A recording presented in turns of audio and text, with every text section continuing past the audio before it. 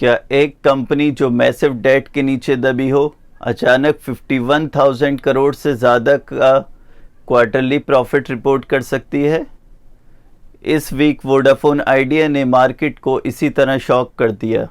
लेकिन यहाँ real story telecom growth की नहीं, बल्कि ये स्टोरी है अकाउंटिंग एडजस्टमेंट, AGR ड्यूज और एक interesting financial instrument preferential warrants की।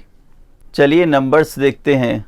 हेडलाइंस के अकॉर्डिंग वोडाफोन आइडिया ने 51,970 करोड़ का नेट प्रॉफिट रिपोर्ट किया।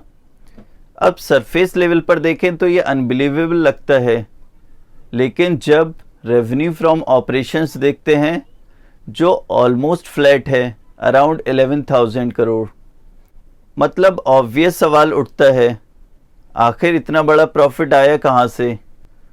ना सब्सक्राइबर ग्रोथ एक्सप्लोड हुई, ना रिचार्ज रेवेन्यू सडनली जंप हुआ।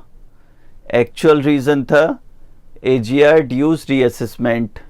काफ़ी सालों से वोडाफोन आइडिया के बैलेंस शीट में एक ह्यूज लायबिलिटी थी, एडजस्टेड ग्रॉस रेवेन्यू ड्यूज से लिंक्ड।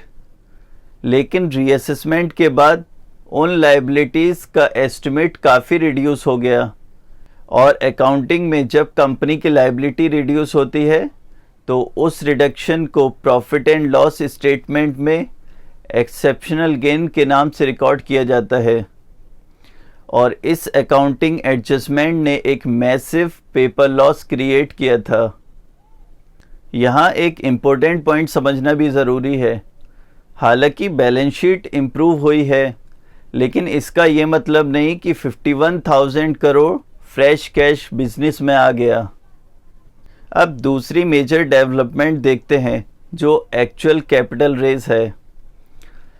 रिजल्ट्स के साथ साथ कंपनी ने अराउंड 4,730 करोड़ का कैपिटल इन्फ्यूजन भी अप्रूव किया आदित्य बिरला ग्रुप से, और ये रेज हो रहा है प्रेफरेंशियल वारंट्स के थ्रू।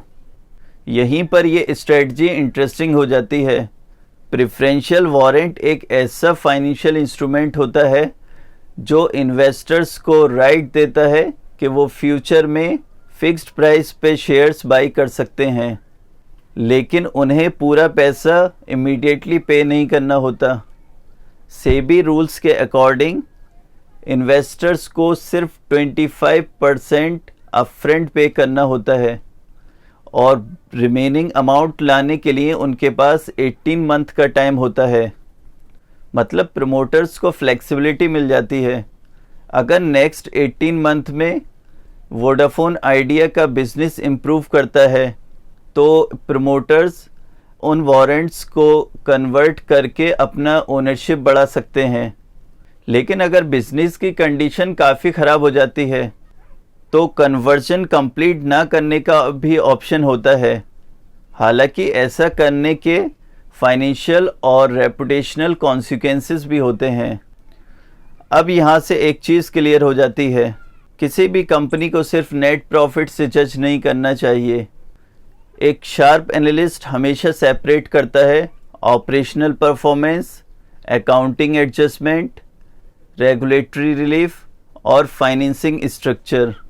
वोडाफोन आइडिया को अकाउंटिंग गेन से ब्रीथिंग रूम ज़रूर मिल गया है, लेकिन कंपनी के लॉन्ग टर्म सर्वाइवल अभी भी डिपेंड करता है एवरेज रेवेन्यू पर यूज़र इम्प्रूव करने पर, सब्सक्राइबर्स रिटेन करने पर, नेटवर्क क्वालिटी बेटर करने पर, और एक सस्टेनेबल कैश फ्लो जनरेशन पर।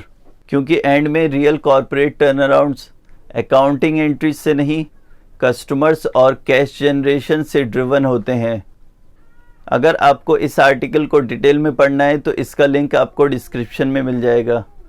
और मिलते हैं अगले वीडियो में एक और फाइनेंशियल कॉन्सेप्ट के एनालिसिस के साथ। Thanks and have a great day.